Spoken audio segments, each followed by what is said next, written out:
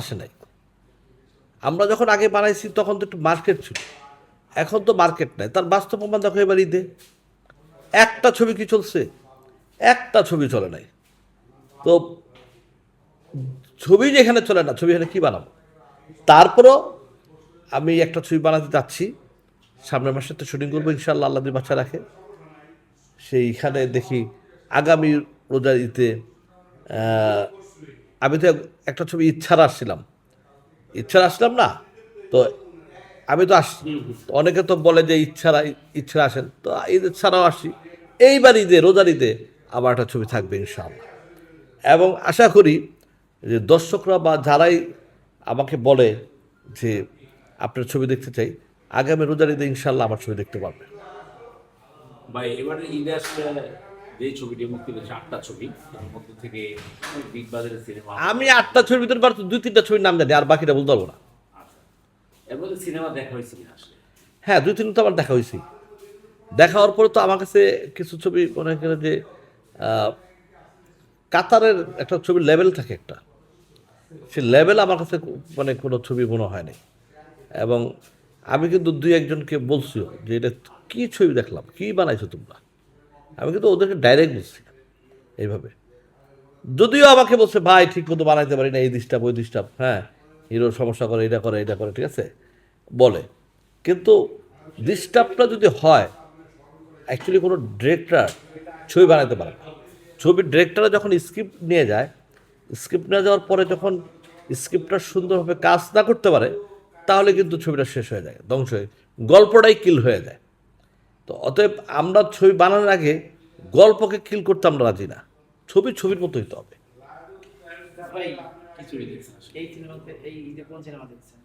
না আমি নাম বলবো না, আমি দেখছি 3-4টা আমি ছবি রকিস্টার দেখছি। রকিস্টার দেখা আমি দেখছি, নাম বলবো না, তোমরা বলো, বাট আমি বলবো না, আমি দেখছি। রকিস্টার যদি দেখছেন কেমন লাগছে আপনার কাছে? না আমি তো পারফেক্ট, আমি তো এটা সবসময় আগেই সবসময় বলছি যে ওইটা আমার কাছে একটা সত্যিকার একটা আমার খুব ভালো মানের একটা ডকুমেন্টারি হয়েছে আমার কাছে, ঠিক আছে। একটা গল্প, সিনেমার গল্প লাগে। আমি করতে আসলাম, করতে গেলাম, কি করলাম না করলাম, হ্যাঁ এগুলা দিয়ে সিনেমা বুংবাং করা যায়, মার্কেটে চাওয়াবাজি করা যায়। আমি শুধু রকস্টারের কথা বলতেছি না, আমি সব ছবির কথাই বলতেছি। বুংবাং করা যায়, করা যায়, কিন্তু সিনেমার ভিতরে গল্প না হলে ওই সিনেমা চলবে না। কার সিনেমাটাই চলছে, শাহরুখ খানের সিনেমা ফ্লপ গেছে না, সালমানের ছবি ফ্লপ গেছে না, গল্পটাই চলে নাই, ঠিক আছে। আর যেমন একটু আগে যে আমার একটা ছোটো ভাই বলছে যে শাকিব খানের ইন্ডাস্ট্রি বাঁচায় রাখছে, ইন্ডাস্ট্রি এক হাত ধরে চলছে, ঠিক আছে। তো আমি তাকে বলে যাই, সেই ইন্ডাস্ট্রি কখনোই বাঁচায় রাখা নেই, সেই ইন্ডাস্ট্রিটা ধ্বংস করছে। মানে কিভাবে ধ্বংস করলো ভাই? দেখো তুমি, আজকে ইন্ডাস্ট্রির মানুষ কেন বেকার হয়ে পড়েছে, আজকে ইন্ডাস্ট্রির ফ্লোর কেন হাহাকার করে, আজকে ইন্ডাস্ট্রির মানুষগুলা কেন আজকে কাজ পায় না, ঠিক আছে। যে ব্যক্তি ইন্ডাস্ট্রির থেকে চাল ডাল লবণ সব কিছু ইন্ডাস্ট্রিতে গেছে তার বাসায়, সেই ইন্ডাস্ট্রির মানুষগুলো আছে কোথায়, কোথায় আজকে ইন্ডাস্ট্রির মানুষ? আর একলা দিয়ে কি কখনো কিছু হয়? এককভাবে কিছু হয়? এককভাবে তো 4-5টা ছবি ফলবই গেল, চার টানা তো ফলবই গেল ছবিগুলো। কোন ছবিটা চলছে? প্রিয় তোমার পরে একটা ছবির নাম বলুক না আমার সামনে, বুকের থেকে আসুকটা, কোন ছবিটা চলছে দেখুক, বসুক আমার সাথে, একটা ছবি চলে। অনেকে তো বলতেছে যে আমরা গত শাকিব খানের একটা ইন্টারভিউ নিলাম, তখন বরবাদ সিনেমা বরবাদ চলছে, নিঃসন্দেহে ভালো চলছে। বরবাদ বাজেট কত? 5 কোটি হ্যাঁ, কত শুনছিলাম, 5 কোটি টাকার মতো। 17 কোটি টাকা বাজেট। সদর হ্যাঁ, বা 16 কোটি বাজেট, সেখানে উঠছে 5-6 কোটি টাকা, ঠিক আছে। তাহলে ছবি সুপারহিটগুলো কোথায়? আচ্ছা, শাকিব সুপারহিট, সুপারহিটটা করবে কে? ওই হলগুলো কোথায়? 15টা সিনেপ্লেক্স, 15টা হল, এটা দিয়ে কি 2 কোটি টাকা উঠাইতে লাগবে 3 মাস? 2 কোটি টাকা সিনেমা হল থেকে উঠাইতে সময় লাগবে 3 মাস, তাও 3 মাস হাউসফুল থাকতে হবে। আছে 15টা হলের পরে কোনো হল আছে?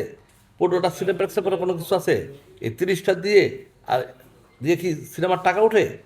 তোমরা হিসাব করো না কেন, তোমরা হিসাব করো যে এই 15টা হল থেকে যদি পাঁচ পাঁচ 4টা শো করে চলে, চলে 4টা শো করে যদি 4টা শো হাউসফুল থাকে, তাহলে 3 মাসে কত টাকা পায় যদি ছবিতে একটা টিকিটে যদি তারা 60 টাকা করে পায়, 50 টাকা করে পায়, বা 40 টাকা করে যদি পায়, তাহলে কত টাকা আসে? কয় 40 টাকা কত হাজার লোক দেখলে 1 কোটি টাকা, এই হিসাবটা করে আগে আসে। ঠিক আছে?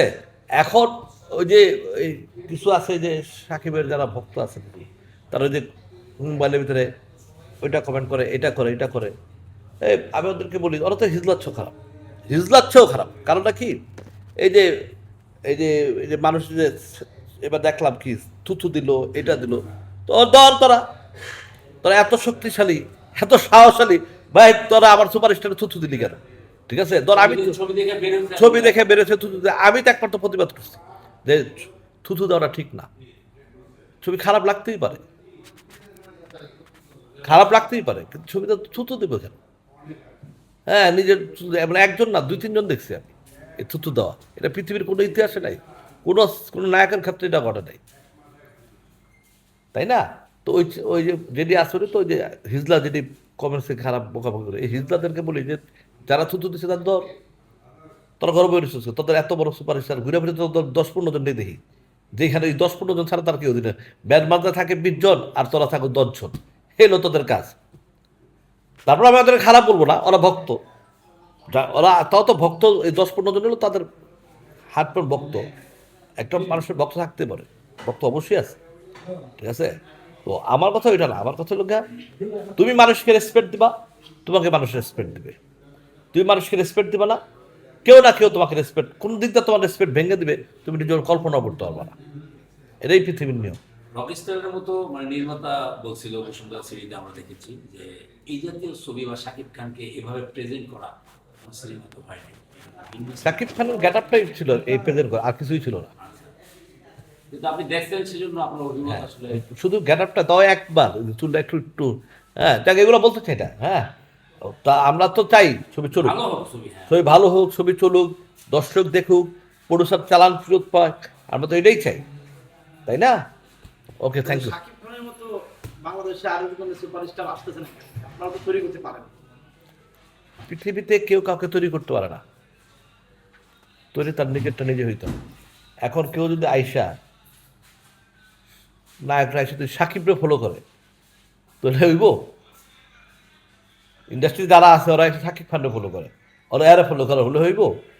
ওদের তো বুদ্ধিই নেই। ওরা আইসা সিনেমা রিলিজের আগে ওরা বলে বাংলাদেশের সুপারস্টার শাকিব খান, বাংলাদেশের ওনার দর্শক আছে, মানে আগেই ওদের ছবিটা কিল করে দেয়। তো তুই কি জন্য আইসিস এখানে? তুই তোর ছবির চামচামি কর, তুই তরে নিয়ে চামচামি কর। তুই আরেকটা সাংবাদিক সঙ্গে আরেকজনের প্রডিউসারের ছবিতে আছে, তার ছবি রিলিজ করতে হবে, তুই সাকিবের চামচামি করো, তাহলে হইব? তোর ছবি তোর দর্শক কি মনে করে? আর কি ছবি দেখবো? ও তো আইসে আরেকজন চামচামি, আমরা ওর ছবি এসে দেখবো।